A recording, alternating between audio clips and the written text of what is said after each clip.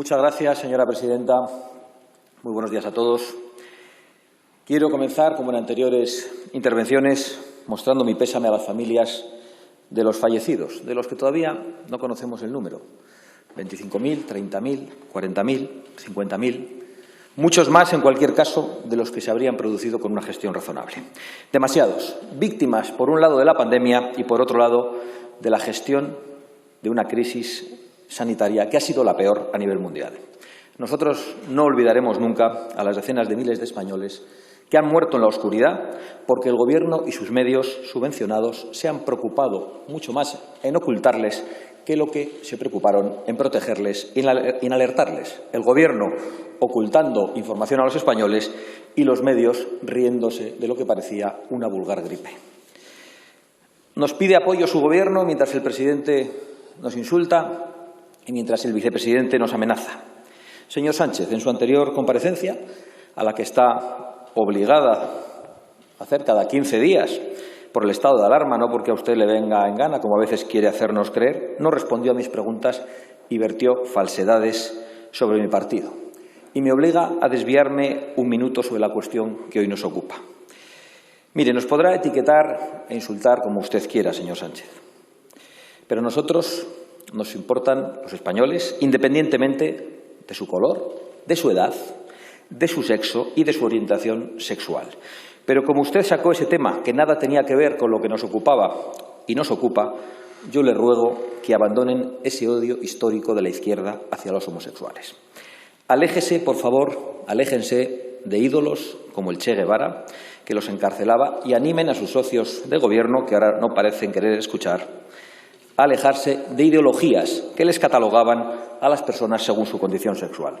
La gente debe poder amar a quien quiera, señor Sánchez, y debe ser muy duro para los homosexuales que ustedes sigan rindiendo homenaje a sus perseguidores y a sus asesinos. En Vox, señorías, no despreciamos a nadie por su tendencia sexual. En Vox, desde luego, no tendrán que soportar que una exministra que se sentaba a su lado y ahora fiscal les insultase gravemente como hacía con otros compañeros de la bancada azul.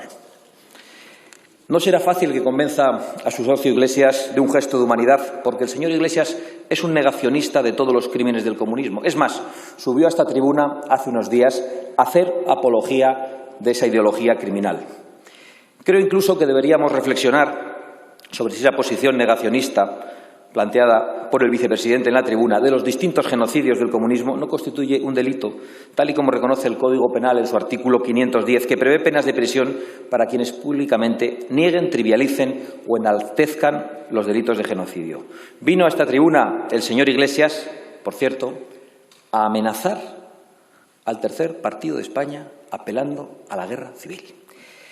Que sepa el señor Iglesias que no nos van a amedrentar ni sus formas de matón bolivariano ni sus amenazas de chequista, ni siquiera su control del CNI. Es más, nos tranquiliza cada vez que sube a esta tribuna porque millones de españoles le conocen mejor y ven que en él solo hay odio, violencia y obsesiones patológicas con los años 30 del siglo pasado. Vuelvan al siglo XXI, señorías, y se lo voy a decir con una imagen que quizá les ayude a entenderlo. Bajo su ominoso gobierno, señores Sánchez e Iglesias, han muerto 10 veces más españoles que los que asesinaron sus ídolos en Paracuellos.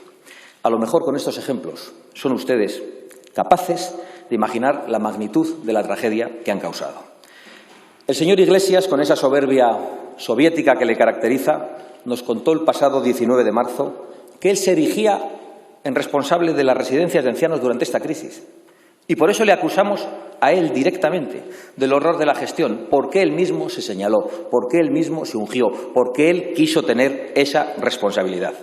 Así que no se esconda el señor Iglesias, que ahora se ha ido hablando de lo público y de lo privado, porque él tenía autoridad sobre todas las residencias y en todas han faltado las medidas de protección para los ancianos y para el personal de trabajo, han faltado las pruebas de detección de la enfermedad y ha faltado el apoyo que necesitaban los ancianos y allí han muerto y ni siquiera aparecen en las estadísticas miles de ancianos abandonados por este Gobierno y personalmente por el señor Iglesias. Y le exigiremos por ello que afronte su responsabilidad ante las familias de las víctimas, ante los españoles y ante los jueces. Y de poco le va a servir entonces ponerse a hablar de su adorado Lenin o de las guerras del abuelo, de las tristes guerras de nuestros abuelos.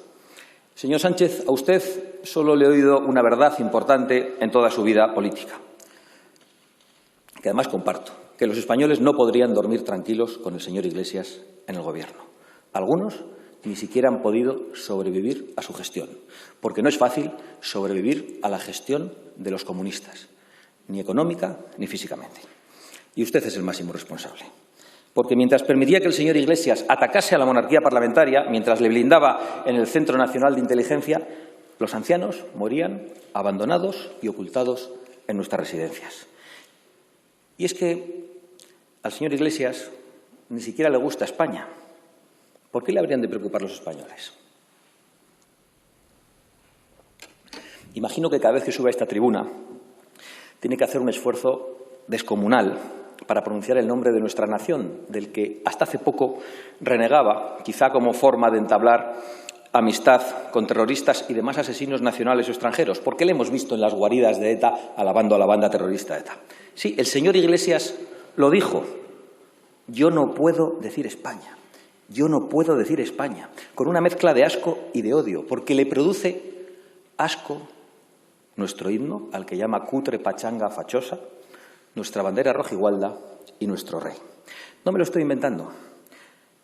El señor Iglesias hace contorsionismo cuando habla de la patria, de patriotas y de patriotismo, como hizo el otro día en esta tribuna para contestarnos sobre las residencias. Y no lo digo yo, lo ha reconocido el señor Iglesias literalmente. ¿O es que ya no se acuerda el señor Iglesias? Así que ahora, que no venga aquí a darnos lecciones sobre patriotismo o a pedir que aplaudamos su contorsionismo. Señor Sánchez, creo que usted no llega a eso. No creo que a usted le cueste pronunciar el nombre de España. Tampoco creo que le importe mucho, y lo digo con pena.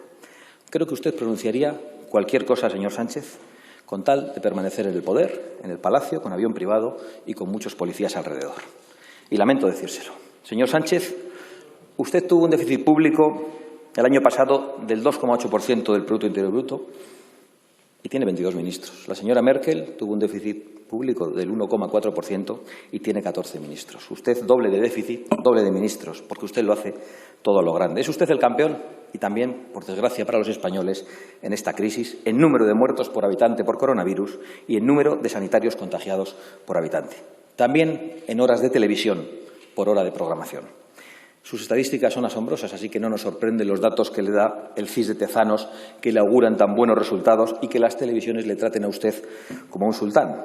Pero es que España, señor Sánchez, no es un sultanato, ni, señor Iglesias, es una república bolivariana, es una monarquía parlamentaria. Y ustedes, los dos, la están minando y la están destruyendo. Y Vox advirtió de la deriva totalitaria de este Gobierno, que ha convertido el estado de alarma en un estado de excepción. Y, por desgracia, hemos vuelto a tener razón. Porque han pasado 53 días desde el decreto del estado de alarma y lo único que se han recortado y se han combatido desde el Gobierno han sido las libertades y los derechos de los españoles. La rapidez, la alegría y la eficacia con la que ustedes coartan los derechos y las libertades de todos contrasta precisamente con su incapacidad para proteger la salud y la economía nacional.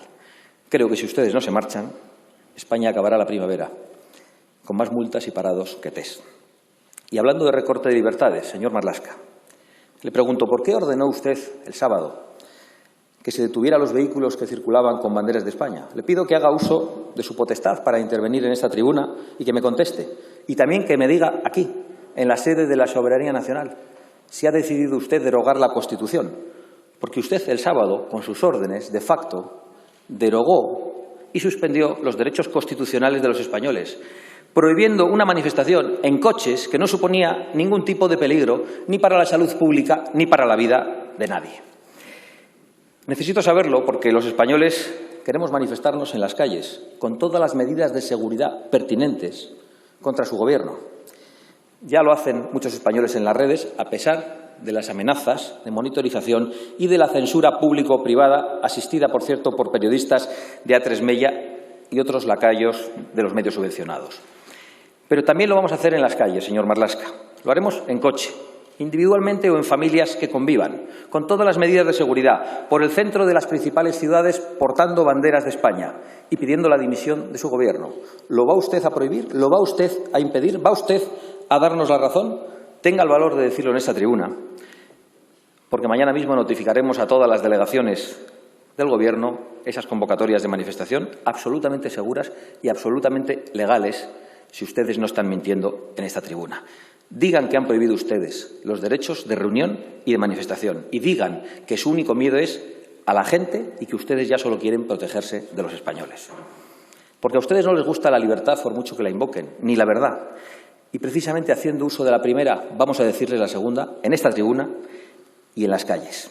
Y vamos a revelar que usted, señor Sánchez, pretende tener como rehenes a los españoles y que trata de chantajear a esta Cámara, como ha hecho desde esta tribuna, para que renueve un poder del que usted ha abusado. Señores de Ciudadanos, yo tengo que decir que lo lamento. También lamento la abstención del Partido Popular. Mantener este estado de alarma ilegal y que tan duramente ha sido criticado por el señor Casado, por otra parte, con este presidente y con este vicepresidente, ni salva vidas ni salva empleos. Lo que salvaría vidas y salvaría empleos es un cambio de gobierno. Ustedes han decidido apoyarles y ustedes han decidido abstenerse. Y de verdad que yo solo puedo decir que lo lamento. Creo que cada vez más españoles están comprobando que ustedes se aferran al estado de alarma como quien lo necesita para otras cosas, especialmente su vicepresidente. Y además, en la lógica que usted plantea, como todo depende del estado de alarma, las ayudas sociales que hay que dar a los españoles en estos momentos dependen del estado de alarma, ¿hasta cuándo nos quieren tener ustedes en estado de alarma? Hasta diciembre, toda la legislatura, porque entendemos que cuando ya no se apruebe el estado de alarma ya no habrá ayudas sociales para dar a los españoles. ¿O es que usted también nos está mintiendo sobre esto en la tribuna? Nuestro voto no va a poner la suerte de los españoles en sus manos. Aunque tuviéramos, fíjese lo que le voy a decir, que desaparecer como partido, jamás contribuiremos a afianzar en el poder a quienes están despreciando la vida, la libertad, la prosperidad y la nación en España, y a quienes nos han llevado al mayor desastre de este siglo, pero hablan de los datos de Estados Unidos refiriéndose a Vietnam. Hemos tenido que sufrir su gestión, pero estamos a tiempo de impedir que se agrave el desastre que ustedes han provocado.